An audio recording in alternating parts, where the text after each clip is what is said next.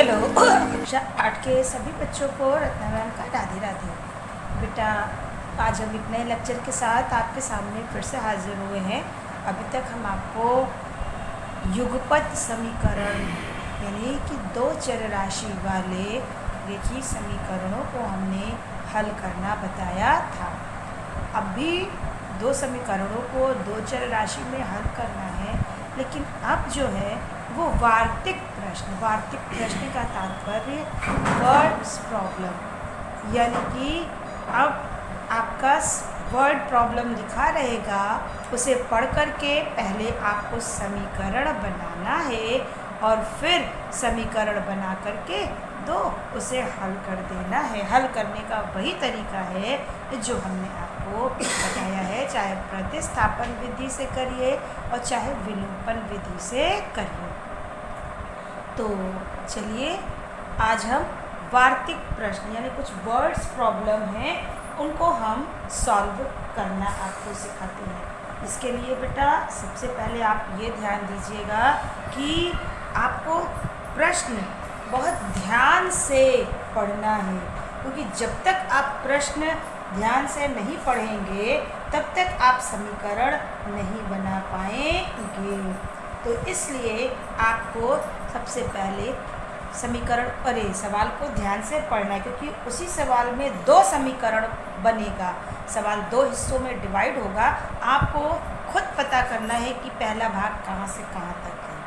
चलिए अब एक एग्ज़ाम्पल के द्वारा हम जो है आपको ये सवाल बताते हैं। आपके किताब का ही एग्ज़ाम्पल है। तो चलिए सवाल है आपका, एक आयत की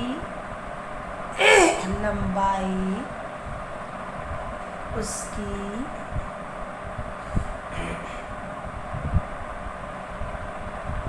चौड़ाई से 5 मीटर अधिक है।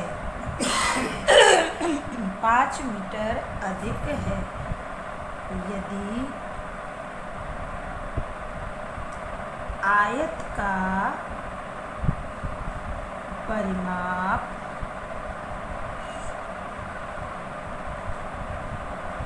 40 सेंटीमीटर हो तो इसकी लंबाई और चौड़ाई ज्ञात कीजिए। ये है आपका सवाल कि एक आयत की लंबाई उसकी चौड़ाई से 5 सेंटीमीटर अधिक है। यदि आयत का परिमाप 40 सेंटीमीटर हो तो उसकी लंबाई और चौड़ाई ज्ञात कीजिए। तो आपको ये सवाल हल करना है।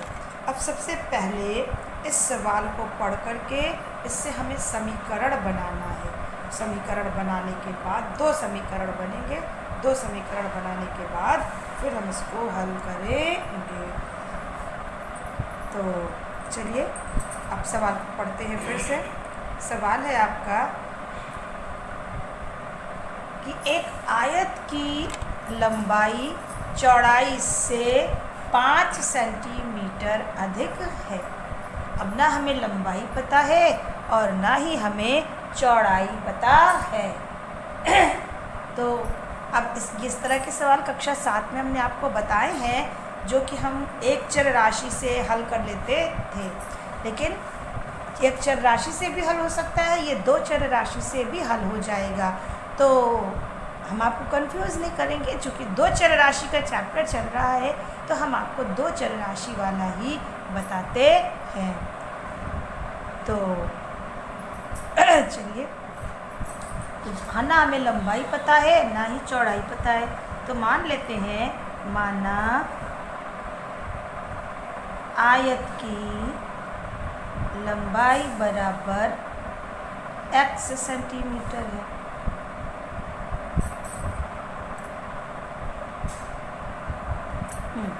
तो माना आयत की लंबाई x सेंटीमीटर है और आयत की चौड़ाई y सेंटीमीटर है। ये हमने मान लिया। ना हमें लंबाई पता है और ना ही चौड़ाई। अब दोनों को लिख लेते हैं, लंबाई और चौड़ाई को, इस तरह से। अब सवाल पर आते हैं। एक आयत की लंबाई, ये लंबाई है, ये लंबाई चौड़ाई से 5 सेंटीमीटर अधिक है। कौन 5 सेंटीमीटर अधिक है? आयत की जो लंबाई है वो चौड़ाई से 5 सेंटीमीटर अधिक है, यानी ये लंबाई 5 सेंटीमीटर ज़्यादा है।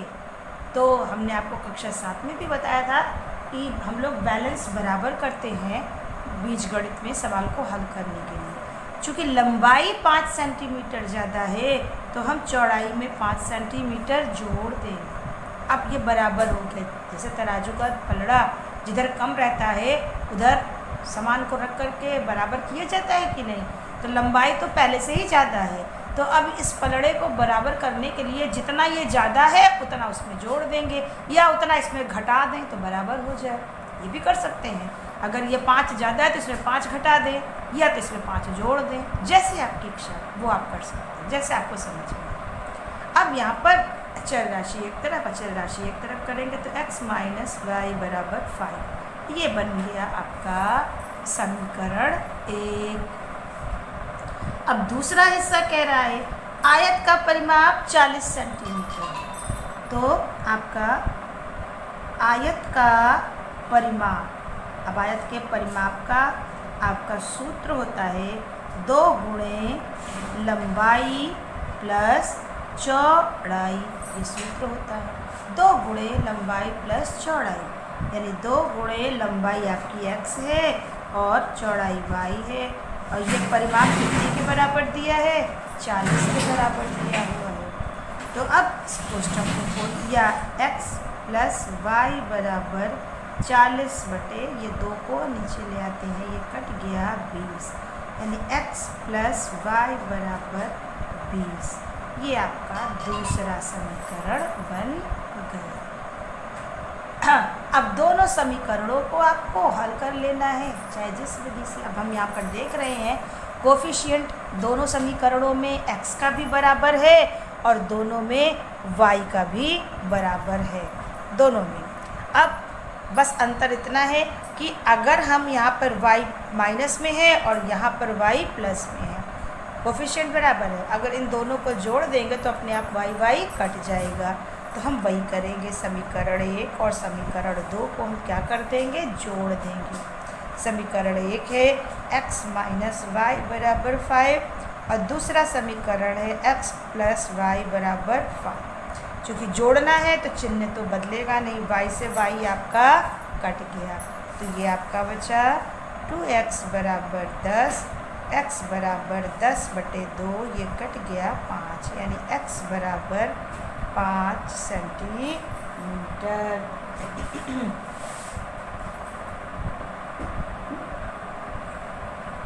अरे सॉरी, x प्लस वाई बराबर 20 था बेटा, और सोच रहा कुछ गलत है, तो ये आपका 25 हो जाएगा।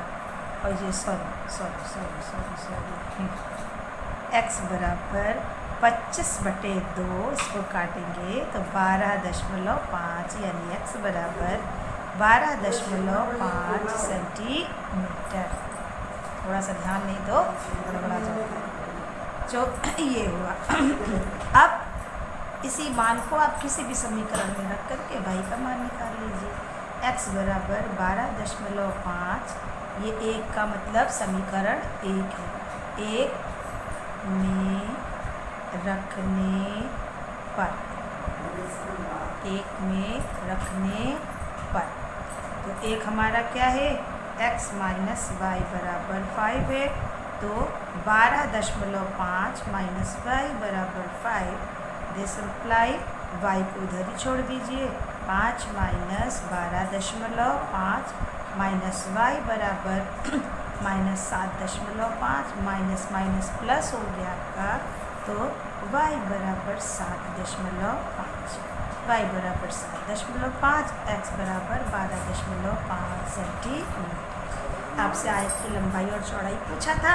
आयत की लंबाई x थी जो कि 12.5 है और आयत की चौड़ाई y है जो कि 7.5 है। तो इस तरह से ये वार्तिक वर्ड्स प्रॉब्लम को हमें पढ़ना है, पढ़ के समझना है और फिर उसे हल करना है। चलिए एक आध सवाल और बता देते हैं आपको हम। एग्जाम्पल दूसरा देखिए, 3 मेज और 5 कुर्सी का मूल्य 1000 रुपये है। 1000 रुपये है और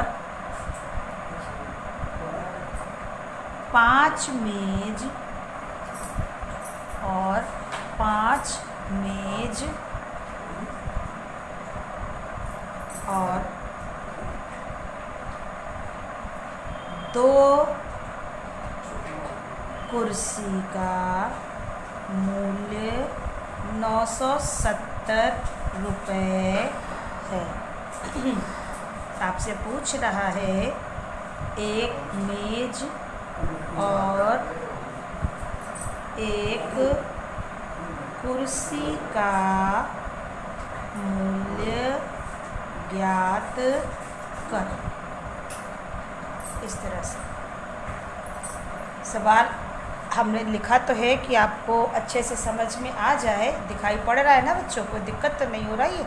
और अगर दिक्कत होती हो तो हम सवाल बोलते भी जाते हैं, आप लोग जल्दी जल्दी कॉपी लेकर बैठा करिए, लिख लिया करिए। तो सवाल है आपका 3 मेज और 5 कुर्सी का मूल्य 1000 रुपये है और 5 मेज और 2 कुर्सी का मूल्य 970 रुपये है। तो एक मेज और एक कुर्सी का मूल्य ज्ञात करना है। तो अब एक मेज और एक कुर्सी का मूल्य तो हमें पता नहीं है, तो सबसे पहले हम किसी चीज़ को मानते हैं। जहाँ से ये सवाल छोड़ा है वहीं से देखिए। तो सबसे पहले हम क्या करेंगे, क्वेश्चन है इसका, माना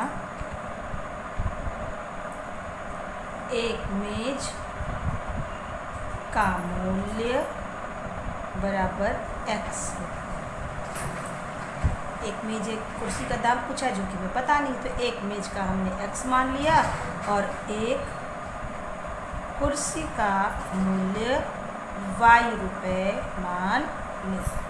चलो इतना तो हमें पाना। उसी के आगे सवाल, 3 मेज और 5 कुर्सी। अब एक मेज का दाम अगर x रुपये है तो 3 मेज का दाम कितना हो जाएगा? एक मेज का दाम x रुपये है तो 3 मेज का दाम कितना हो जाएगा? 3x। भाई एक टॉफ़ी 10 रुपये में मिलती है तो 3 टॉफ़ी कितने की मिलेगी? 30 रुपये, यानी गुणा करोगे तो x में 3 से गुणा कर दिया 3x। और 5 कुर्सी, एक कुर्सी y रुपये की है तो 5 कुर्सी कितनी हो जाएगी? 5y की। इन दोनों का मिलाकर का मतलब योग कितना है? 1000 रुपये है। इन दोनों का जो मूल्य है मिलाकर कितना हम देते हैं? 1000। मिलाने का मतलब इन दोनों का योग। ये आपका समीकरण बन गया 1। अब सवाल के अगले हिस्से पे चलते हैं। अगला हिस्सा कहता है कि 5 मेज और 2 कुर्सी। तो एक मेज x का है तो 5 मेज कितने का हो जाएगा? 5x। और 2 कुर्सी यानी 2y, ये कितने की है? 970 रुपये की है। ये समीकरण हो गई 2 आपकी। अब इन्हीं दोनों को सॉल्व करके एक मेज और एक कुर्सी का दाम निकाल लेना है। अब यहाँ पर किसी का कोफिशिएंट बराबर नहीं है तो चाहे आप x का कोफिशिएंट बराबर करिए और चाहे y का। चलिए अगर हम x का बराबर करते हैं तो 3 के पहाड़े में 5 आएगा नहीं, तो इसका तात्पर्य है कि दूसरे वाले समीकरण में जो x का कोफिशिएंट है उससे पहले वाले में गुणा करेंगे और पहले वाले में जो x का कोफिशिएंट है उसे दूसरे वाले समीकरण में गुणा करेंगे। तो लिखेंगे समीकरण 1 में हम किससे गुणा कर रहे हैं? 5 से। और समीकरण 2 में हम किससे गुणा कर रहे हैं? 3 से। अब इन दोनों को क्या करेंगे? हमने बताया था कि अगर दोनों प्लस में है या दोनों माइनस में है तो घटाते हैं, अगर एक प्लस एक माइनस में है तो जोड़ देते हैं। तो अब समीकरण 1 में 5 से गुणा कर लीजिए। 15x प्लस 25y बराबर 5000। अब दूसरे में 3 से गुणा करना है तो 3 पचे 15x, 3 दूनी 6y, 3 0 0, 3 सत्ते 21, 3 9 27, 28 29, 2900।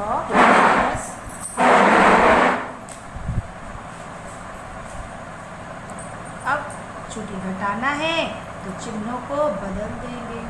ये आपका कट गया, एक चर राशि खत्म हो गई। अब 25 में से 6 घटा दो, 19y हो गया।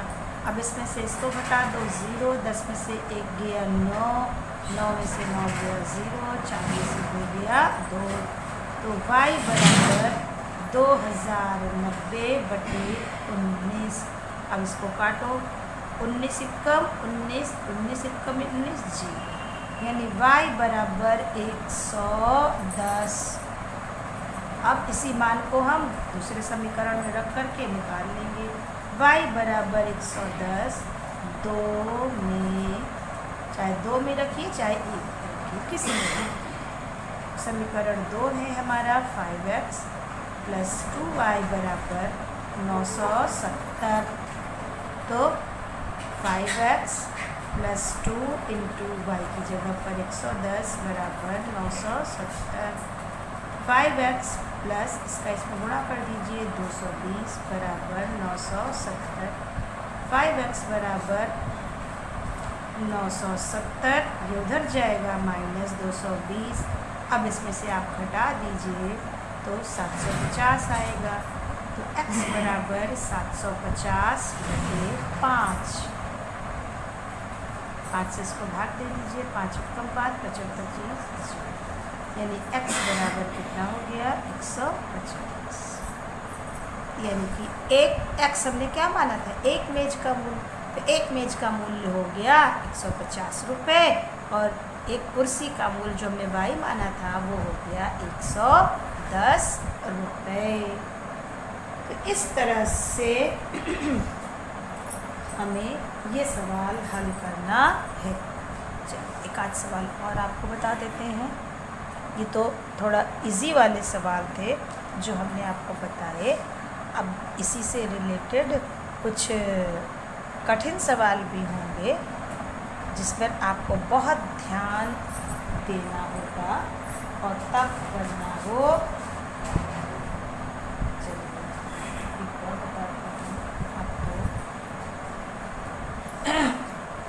हम 2 समीकरण बना देते हैं, आप इसको सॉल्व कर लीजिएगा बेटा, क्योंकि सॉल्व करना तो हमने आपको बताया, ये केवल समीकरण बनाने में ही थोड़ा सा दिमाग लगाना है आपको बस। आपका सवाल है 700 को ऐसे 2 भागों में बांटिए कि एक भाग का 40% दूसरे भाग के 60% से 80 अधिक हो, 80 अधिक हो। आपको 700 को इस प्रकार 2 भागों में बांटना है कि पहले भाग का 40% और दूसरे भाग का जो 60% है वो उससे 80 अधिक हो जाए। तो अब हमें कितने रुपए को 2 भागों में बांटना है? 2 भागों में बांटना है तो हमें पता ही नहीं पहले भाग को कितना मिलेगा, दूसरे भाग को कितना मिलेगा।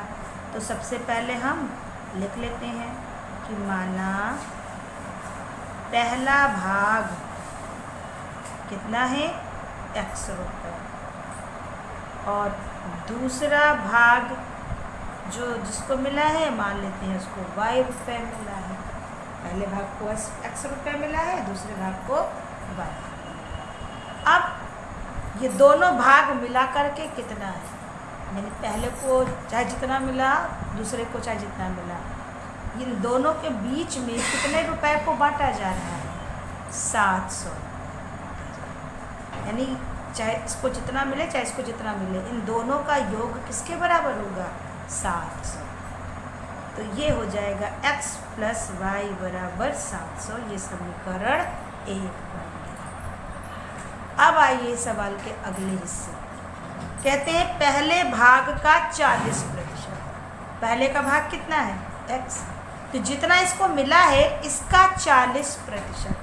तो यहाँ पे लिखना पड़ेगा पहले भाग का 40%, यानी कितना हो जाएगा, x का 40%, यानी कि x × 40/100, 0 से 0 कट गया, 2 पंजे 10, तो कितना हो गया, 2x/5।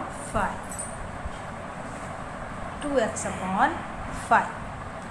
और दूसरे भाग का 60% कह रहे हैं, तो उसको भी निकाल लीजिए।